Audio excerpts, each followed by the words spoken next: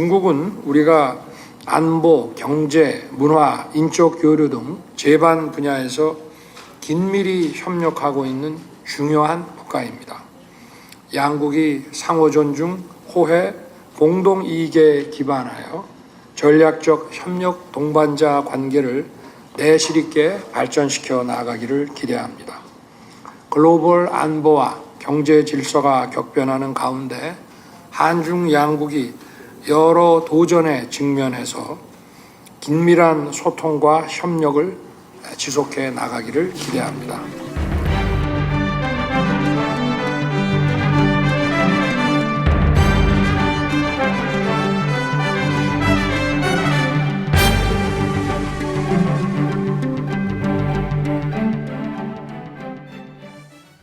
자, 이번 윤석열 대통령의 페루 순방에서 한미일 그리고 중국과의 릴레이 정상회의가 있었습니다.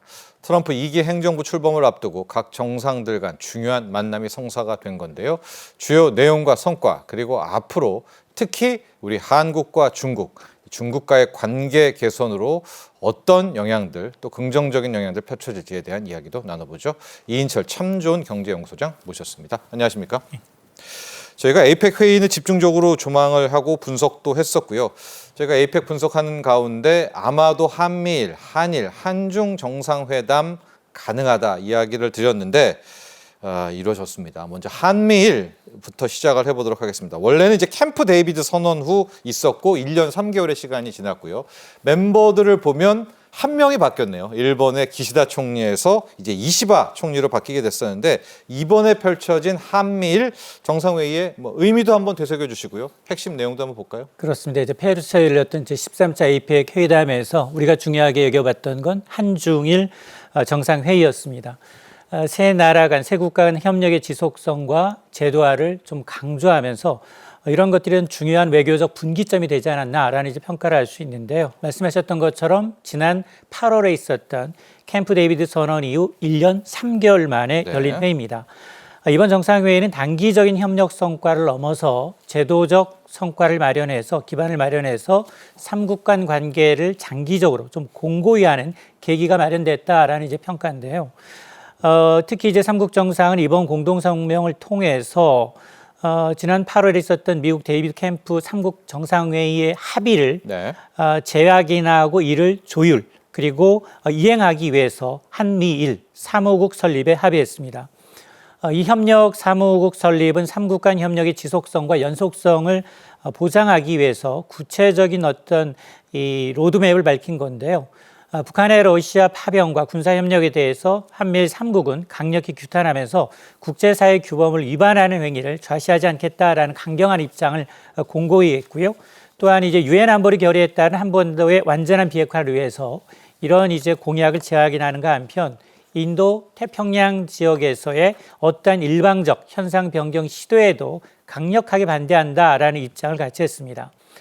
이는 이제 북한과 러시아, 중국 간 연대 강화에 대응해서 인도 태평양 지역의 안정성을 지키려는 전략의 일환이고요. 삼국 정상은 어쨌든 이 정권 교체와 관계없이 삼국 간 협력이 지속 가능하도록 제도화 필요성이 이제 공감했다라는 게 큰 의미를 부여할 수 있습니다. 특히나 이제 캠프 데이비드 선언이 강화됐던 파트너십의 발전을 높이 평가하면서 이를 이제 공고히 하고 재확인했다라는 점에서 긍정적 평가가 나오고 있습니다. 네. 작년 8월이었습니다. 캠프 데이비드 정상회의를 통해서 한미일 관계가 공고해졌고요. 올 8월에 1주년을 맞아서 다시 한번 재확인했고 이번에 페루에서 한미일 정상이 다시 한번 만나서 역시 한미일 세 나라는 함께 가야 된다. 이걸 재확인하게 된 것 같은데요. 공동성명문도 발표가 됐습니다. 이제 꽤 긴 장문인데요. 핵심 내용 좀 볼까요? 공동성명? 네. 그렇습니다. 이제 한미일 정상은 이제 공동선언문을 통해서 한미일 이 세 개 국가의 어떤 협력을 제도화하고 한층 강화하는 내용을 골자로 하고 있습니다. 네. 특히 이제 한미일 협력 사무국 설립은 세계 국가 간 협력을 조율하면서 그 이행을 답보하기 위한 기구 설립에 박차를 가기로 했는데요. 신설되는 사무국은 인도태평양 지역을 이제 번영시키고 또 안전한 지역으로 만들기 위해서 노력을 한층 강화하기로 했습니다. 안보 협력 강화 측면에서는 북한의 도발에 대한 실시간 정보를 공유하고요. 이 탄도 미사일 방어 역량을 또 증진시키기로 했습니다. 삼국 간 이제 군사 교류도 더 늘리기로 했습니다. 네. 한미일 3국은 북한이 우크라이나전에 참전을 하기 위해서 러시아에 파견한 것에 대해서도 강력 규탄했고요. 또 한반도 비핵화와 북한 인권의 증진, 북한의 불법 행위 차단에 대해서도 적극 협력하기로 했습니다. 또한 이제 삼국 정상은 우크라이나의 고유 권리인 자위권 행사에 대해서도 지지한다라는 입장을 이제 표명했는데요. 이외에도 경제협력에 대해선 핵심 광물 공급망 강화와 반도체, 인공지능 분야에서 첨단 기술 협력을 더 늘리기로 했습니다. 특히나 이제 위기 대응 네트워크를 통해서 긴급한 상황이 발생했을 경우 이제 필수 물자에 대한 접근을 더 강화하기로 했고요. 어쨌든 이번 공동성명은 이제 데이비드 캠프 선언 후속 조치면서 삼국 협력의 연속성과 제도화를 좀 강조하면서 국제 정세와 상관없이 협력을 지속 가능하게 발전시키는 데 초점을 맞추고 있는데, 이로써 삼국 간의 협력은 한반도를 넘어서 인도 태평양과 글로벌 평화 안정에 중요한 역할을 할 것으로 기대를 하고 있습니다. 그렇습니다. 한미일 캠프 데이비드 정상회의 정말 공고해지고 있는데, 이번에 한미일 사무국 출범에도 합의를 하지 않았었습니까? 그런데도 우리가 이 이슈를 빼먹을 수가 없는 것이, 당장 내년이 되면 아마 이제 바이든 대통령의 자리에 트럼프 대통령이 들어서게 될 것 같고, 그렇게 될 경우에는 바이든 흔적 지우기에 나설 것이다. 여러 외교적 성과 중에서 바이든 대통령의 캠프 데이비드 한미일 정상회의, 이것부터 없앨 것이다. 이제 한미일에 대한 여러 가지 지금 이야기들이 나오고 있습니다. 정말 트럼프 취임 이후 트럼프 2.0 한미일의 관계에 많은 변화가 있을까요? 있겠죠? 맞습니다. 이제 트럼프 집권 2기가 이제 한층 강화된 보호무역주의라는 데는 네. 이견이 없습니다. 전 세계가 긴장하고 있고요. 관세 전쟁으로 인한 글로벌 성장률 둔화 우려까지 지금 본물처럼 제기가 되고 있는 상황인데, 이런 가운데 한미일 사무국 출범은 협력의 지속성을 또 보장하는 중요한 조치로 평가를 받고 있는데요. 안전핀까지 하는 거죠. 맞습니다. 한미일 사무국은 정권 교체와 무관하게 협력의 연속성을 보장하기 위해서 설립됩니다. 이는 과거사 문제와 외교적 우여곡절로 인해서 간헐적으로 진행됐던 협력을 좀 체계하면서도 제도화하자라는 겁니다. 사무국은 따라서 안보, 경제, 첨단 기술과 인적 교류 등 전방위적인 분야를 다룰 예정인데요. 3국이 교대로 사무국장을 맡아 운영이 됩니다. 트럼프 2기 출범 시 예상되는 변화를 보게 되면 한미 동맹 악화 가능성이 제기가 되고 있고요. 대중국의 전략 변화와 더불어서 북한의 비핵화 같은 우리에게는 다소 불리할 수 있는 여건이 작용할 것으로 보입니다. 바이든 행정부 외교 기조와는 달리 트럼프 행정부에는 실용적이면서 금전적 논리에 기반한 동맹 정책을 선호합니다. 따라서 한미일 사무국이 출범을 함으로 해서 캠프 데이비드 정신과 성과들을 제도함으로 해서 정책 변화를 좀 최소화하자라는 의도가 반영이 됐습니다. 사무국 운영과 협력 제도화는 변화하는 국제 환경과 각국의 정권 교체 속에서도 지속성을 유지하기 위한 안전판 역할을 기대하고 있는데요. 이로써 안보에 국한됐던 과거 협력에서 좀 벗어나서 경제와 이 첨단 기술 분야까지 협력을 확장한다는 것은 삼국 간 관계 유연성을 높이면서도 미국 리더십 변화에 대응할 수 있는 어떤 토대가 될 것으로 기대를 하고 있습니다. 그렇습니다. 이제 불확실성은 커지고 있는 가운데 한일로만 좀 이야기를 좁혀보도록 하겠습니다. 한미일 정상회의 다음 날이었습니다. 윤석열 대통령과 이시바 시게루 신임 일본 총리 한일 정상회담을 가졌습니다. 이시바 총리는 상당히 좀 독특한 측면이 많이 있죠. 일본에서는 몇 안 된다는 굉장히 적은 종교, 기독교, 크리스찬입니다. 채 몇 프로도 안 되던데요. 게다가 아베와는 다르게 엔화 강세, 금리 인상을 해야 된다. 또 이런 경제적인 주장도 하고 있고. 자, 한일 정상회담에서는 또 어떤 내용들 오고 갔을까요? 그렇습니다. 윤석열 대통령과 이제 이시바 시게루 일본 총리 역시 페루 에이펙 정상회담에서 만났습니다. 양 정상은 50분 정도 회담을 진행한 것으로 알려지고 있는데요. 이번 회담은 한 달 전 라오스에서의 첫 회담 이후 두 번째 만남인데요. 양 정상은 급변하는 영내 국제 정세 속에서 한일 간 협력과 공조가 그 어느 때보다 중요하다라는 데 인식을 같이 했습니다. 그리고 내년이 한일 국교 정상화 60주년을 계기로 해서 네. 양국 관계를 한 단계 업그레이드, 발전시키는 방안을 모색하기로 했는데요. 이를 위해서 형식에 구애받지 않고 이 셔틀 외교를 계속해서 이어나가기로 합의를 했습니다. 양국 간 이 정기적이고 실질적인 협의 채널이 활성화되는 계기가 되지 않을까라는 기대가 있는데요. 어쨌든 양국 정상은 이 북한과 러시아 간 군사 협력과 특히 이제 북한 간의 러시아 파병에 대해서 강한 우려를 표명했는데요. 양 정상은 이 국제사회에서 단합된 메시지의 발신이 중요하다라는 점을 강조하면서 긴밀한 대북 공조를 이어나가기로 했습니다. 이번 한일 정상회담은 한일 간의 협력을 안보와 경제, 외교 등 전 분야로 확장하고요. 지속적인 협력 체계를 제도화하는 데 초점을 맞추고 있는데 특히나 이제 북러 군사협력 대응과 한미일 삼각 지속성의 보장이라는 공동 목표 아래에서 양국 간 이제 긴밀히 협력할 것을 재확인하는 자리였습니다. 자, 아마도 이제 트럼프 2.0 시대, 트럼프 대통령 당선인이 집권을 하게 되면 한미일보다는 뭐 한미 또 뭐 미일 이렇게 따로따로 각계격파를 하려는 트럼프 스타일인데 일본도 당연히 긴장하겠죠. 일본도 긴장할 수 있으니까 이런 이야기 나옵니다. 소장님. 우리와 일본이 손을 잡고 차라리 미국을 좀 애타게 해보자. 이게 가능한 전략인지는 모르겠지만은 한번 해볼 만한 전략이겠다 이런 생각도 좀 듭니다. 맞습니다. 이제 네. 트럼프 집권 1기를 경험했기 때문에 동맹국들이 가장 우려하는 건 더 센 2기 트럼프 행정부의 그 동맹국을 좀 짓누르는, 압도하는, 견제하는 그런 이제 외교 정책인데요. 트럼프 행정부 2기 출범으로 인해서 혹시나 한미일 삼각 공조가 흔들릴 수 있다라는 지적이 나오는 대목입니다. 트럼프 대통령의 거래 중심의 외교 성향은 동맹의 가치를 우선시했던 바이든 행정부와는 180도 달라질 수밖에 없습니다. 이런 상황에서 우리나라는 실리적이고 유연한 외교 전략을 통해서 동맹 관계를 유지하면서 나아가 이를 더 강화해야 되는 과제를 따게 됐는데요. 우선 한미 동맹의 실리적 강조와 트럼프의 맞춤형 이 전략을 어떻게 접근할 것인가에 문제가 초점이 있는데요.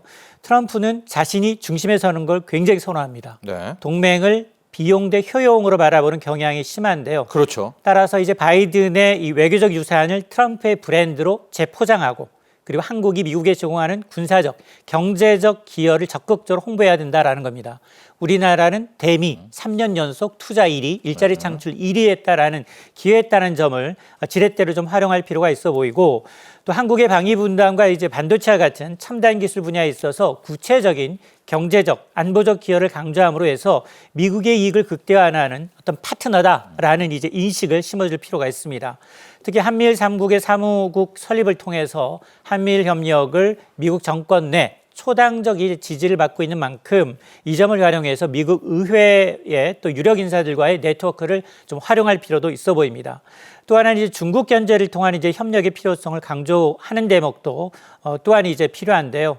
트럼프 행정부 1기와 마찬가지로 2기에는 중국 견제가 더 강화될 수 있습니다. 외교와 안보 정책 중심이 될 가능성이 높아졌는데 한국은 중국 견제에 있어서 필수적인 동맹국임을 강조하면서 한미일 협력이 미국의 전략적 이익에 부합한다라는 걸 지속적으로 이제 설득해야 되는 상황입니다. 네. 트럼프가 중요시하고 있는 경제, 안보, 군사 기여를 중심으로 해서 협상 전략을 수립하고 한국이 제공할 수 있는 가치를 명백하게 좀 제시하는 것이 필요해 보입니다. 네. 일본도 고민이 많을 것 같아요. 일본이라고 트럼프 당선인이 뭐 봐준다 그런 건 아닐 테니까 저는 이참에 한국과 일본이 어느 정도의 좀 공조를 취해가지고요. 트럼프 2.0 시대를 좀 막아냈으면 그 불확실성 그런 생각도 한번 가져보게 됩니다. 특히 이번에 가장 중요했던 또 가장 기대도 많이 하고 집중적인 관심을 받았던 것이 윤석열 대통령과 시진핑 주석 간의 만남, 한중 정상회담이었습니다. 한중 정상회담 성사가 됐고요. 어떤 내용이 오고 갔습니까? 그렇습니다. 윤석열 대통령과 시진핑 중국 국가주석이 이제 에이펙 정상회담에서 약 2년 만에 또다시 만남을 가졌는데요. 이번 회담은 북러 군사 협력과 북한의 연이은 도발 등 이 급변하는 안보 환경 속에서 한중 간 협력의 필요성을 재확인하는 계기가 되었는데요. 우선 윤 대통령은 이제 러시아와 북한 간의 군사 협력과 북한의 지속적인 도발에 대한 심각한 우려를 표명하면서 한중 양국이 영내 평화, 안정을 도모하는 데 협력해 나갈 것임을 강조했고요. 이 부분에 대해서 시 주석 역시 북한 이 문제를 언급하면서 한반도 내에서의 긴장을 원하지 않는다라는 입장을 밝혔습니다. 북러 군사 협력 문제에 있어서 건설적인 역할을 할 것임을 시사하는 대목이고요. 두 번째는 경제, 전략적 협력 동반자 관계를 더 발전시켜 나가기로 했습니다. 윤 대통령은 중국을 안보, 경제, 문화와 인적 교류 등에서 중요한 협력으로 평가를 했고요. 전략적 협력 동반자 관계에 내실화를 제안했습니다. 시 주석 역시 중국과 한국은 수교 초심을 고수하면서 설린 우호와 호의 상생의 목표를 견제해야 한다라고 발언을 해서 양국 관계가 발전적으로 전반적으로 발전 모멘텀을 좀 유지하지 않겠느냐라는 관측이 나오고 있습니다. 양 정상은 셔틀 외교 지속과 서로에 대한 방안, 방중 초청을 교환하면서 정기적 소통의 중요성을 재확인했는데요. 시 주석의 발언은 이제 중국의 기존 대북 정책 기조를 유지함과 더불어서 한반도 긴장 완화를 위해서 좀 제한적이지만 협력의 여지를 남겨두었다라는 데 의미가 있는데 앞으로 양국이 지속적으로 소통하면서 실질적 협력 성과를 이제 도출하는 것이 더 중요해졌습니다. 좋습니다. 중국도 지금 우리가 이 대한민국과 어느 정도 관계 개선이 필요할 겁니다. 트럼프 2.0 시대 가장 가혹하게 대할 나라가 중국이기 때문인데요.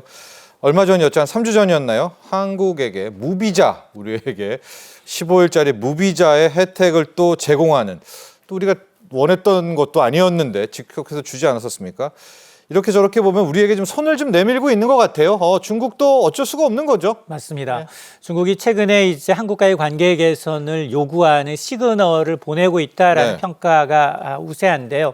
말씀하셨던 것처럼 이제 우리와는 전혀 논의되지 않은 상황에서 중국의 무비자 입국을 허용했습니다. 또 주한대사 파급의 격을 좀 상승시킨 것도 상당히 좀 이례적인 조치로 받아들여지고 있고, 이런 것을 보게 되면 중국이 한국에 대한 전략적으로 이제 손을 내밀면서 한중 관계 개선에 의지를 보이고 있다라는 평가인데요. 이런 이면에는 우선 북러 밀착과 중국의 영향력이 다소 줄어든다라는 인식을 하고 있는 것으로 보입니다. 북한과 러시아 간의 군사적 협력이 심화되면서 기존의 북중러 협력 구도에서 중국의 위상이 상대적으로 좀 위축된 것도 한국과의 손을 내미는 이유로 꼽히고 있고요. 특히 두 번째 이유가 더 심각한데요. 트럼프 2기 출범과 더불어서 미중 경쟁이 더 심화될 수밖에 없습니다. 트럼프 2기 집권할 경우 미중 경쟁이 더 격화될 가능성을 대비한다라는 차원인데요. 한국을 포함한 미국 동맹과의 관계 개선을 통해서 국제사회에서 유리한 위치를 선점하려는 전략을 펼치고 있다는 겁니다. 세 번째는 중국 내부적인 경제적인 필요성입니다. 중국 경제도 지금 부진하죠. 내수 활성화 필요성이 한층 더 커지고 있는 상황에서 한중 관계 개선의 의지에도 영향을 미친 게 아니냐라는 건데요. 한국과의 투자 협력과 인적 교류를 확대해서 경제적으로 융합할 수 있는, 이를 통해서 중국 경제 활력을 불어넣을 수 있는 그런 의도가 엿보인다라는 겁니다. 이외에도 한국과 미국, 일본을 공조하고 있는데 이를 좀 견제하기 위해서 한미일 삼각 공조가 강화되고 있는 걸 좀 방어하기 위해서 중국이 한국을 좀 견인해서 이 구도에 좀 균열을 가하려는 의도도 있다라는 판단인데, 어쨌든 북러 밀착 속에서 지금 한국과의 관계를 선제적으로 개선해야만 지금 한미일 협력에 대한 대항 카드 마련이 가능하다라는 이제 움직임이기 때문에 다목적으로 한국에 대해서는 SOS를 보내고 있는 것으로 보입니다. 그렇습니다. 지금 보면 이제 한미일이 이렇게 뭉치고요. 북러가 가까워지니까 중국만 떡하니 이제 홀로 남게 됐는데 트럼프의 등장이 나오고 있는 겁니다. 좀 속으로 애가 타고 있다, 긴장하고 있다, 이런 평가들 많이 나오는데요. 내년이 우리 한국과 중국, 한중 FTA 10년, 발효 10주년이라고 합니다.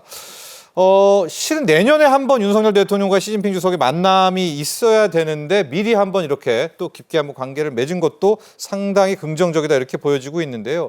이참에 중국 쪽에서 우리도 뭐 하는 성장 동력을 찾는 그런 기회를 삼았으면 좋겠어요. 그렇습니다. 이번 윤석열 대통령이 한중의 전략적 동반자 관계 격상을 얘기한 만큼 한중 관계가 개선될 가능성이 좀 커지고 있습니다. 특히나 한중 FTA 후속 협상이 가속화됨과 관련해서 한국 기업들한테는 중요한 기회가 열릴 수도 있다라는 이제 분석이 나오고 있는데요. 한중 FTA는 내년 발효 10주년을 맞이하고 있습니다. 후속 협상이 더욱 중요한 의미를 갖게 되는데요. 윤석열 대통령은 이제 시진핑 국가주석과의 정상회담에서 한중 FTA의 서비스, 투자 협정을 가속할 것이라는데 이제 의견을 같이 했고요. 이는 양국 간 경제 협력을 또 심화시키면서 특히 한국 기업들의 중국 진출을 위한 예측 가능한 환경을 마련하는 중요한 잣대가 될 것으로 보입니다. 시 주석은 중국의 대외 개방을 더욱 확대할 의사를 밝혔고요. 한국 기업들이 중국 시장에 적극적으로 진출하는 걸 환영한다라고 밝혔습니다. 이외에도 한중 FTA가 더욱더 높은 수준으로 발전하여서 서비스와 투자 협정을 포함한 여러 분야의 협력이 강화될 가능성도 큰데요. 특히나 이제 중국의 이 개방, 대외 개방이 더 늘어나고 한국 기업들의 안정적인 사업 환경이 구축된다면 양국 경제에 중요한 변화를 가져올 수 있습니다. 이런 협상이 성공적으로 진행된다면 한국은 이 중국 시장에서의 경쟁력을 강화하고 또 산업 간 협력을 통해서 윈윈하는 기회를 얻을 것으로 보이는데 어쨌든 이제 이 우리 한국 기업들이 중국에 이 진출해 있는 만큼 더욱더 유리한 환경이 조성되는데 이런 이제 협상이 좀 잘 이루어졌으면 좋겠습니다. 그렇습니다. 한국과 미국 뭐 누가 뭐래도 혈맹이고 강력한 또 영원한 동반자 관계죠. 하지만은 트럼프 집권 위기, 트럼프 2.0 시대에는 이제 세부적인 사안들에 있어서는 좀 많은 부분이 달라질 것 같아요. 자, 소장님, 이런 가운데 우리도 그러면 한국과 일본, 우리와 중국 쪽 상당히 전략적인 외교를 펼쳐야 한다. 심지어 미국과의 관계에서도 지금 각자 도생 이야기까지 나오고 있거든요. 트럼프 2.0 시대, 우리의 외교적인 전략 어떻게 삼아야 되겠습니까? 어떻게 세워야 될까요? 그렇습니다. 이제 트럼프 집권 2기에는 이제 동맹국, 우방국 할 것 없이 더 센 보호무역주의가 기승을 부릴 것으로 보입니다. 가장 중요한 건 트럼프 당선인의 이제 인맥을 적극 활용하면서 우리가 주로 이제 비즈니스 프렌들리 그리고 이제 이런 산업계 인사들과 긴밀히 연계하면서 대응 전략을 짜는 것이 매우 중요해졌습니다. 우선은 트럼프부터 잡아야 됩니까? 맞습니다. 이미 대기업들은 트럼프 참모진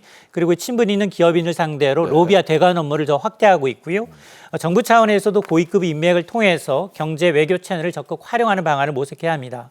특히나 관세 충격을 최소화하고 우리 경제의 버팀목이라고 할 수 있는 반도체, 2차 전지와 같은 미국 진출한 기업들에 대한 보조금과 세제 혜택이 큰 영향을 받지 않도록 이걸 방어하는 협상력을 좀 발휘해야 하고요. 또 중국과의 관계는 한중 FTA 휴석 협상으로 경제적 협력을 좀 전략적으로 강화하되 이걸 또 이미 진출한 기업들이 피해를 좀 최소화하는 방안도 좀 검토를 해야 되고요. 뭐 중장기적으로 이제 탈중국화에는 속도를 내야 되는 상황입니다. 또 세 번째는 이제 다양한 글로벌 네트워크를 구축하는 것도 필요한데요.